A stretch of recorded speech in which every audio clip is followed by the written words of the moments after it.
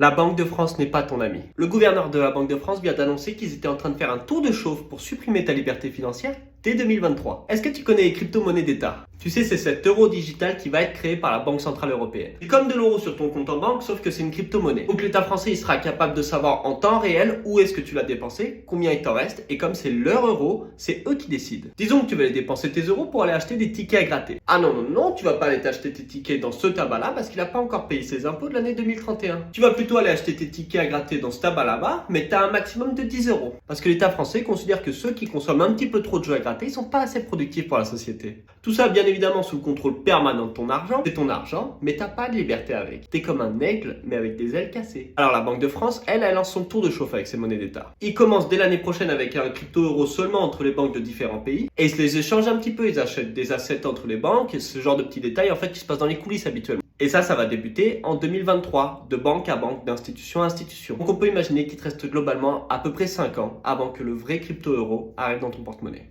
Évidemment, d'ici là, tout le monde sera au courant de la supercherie, mais t'inquiète pas, ils ont un plan pour te le faire adopter.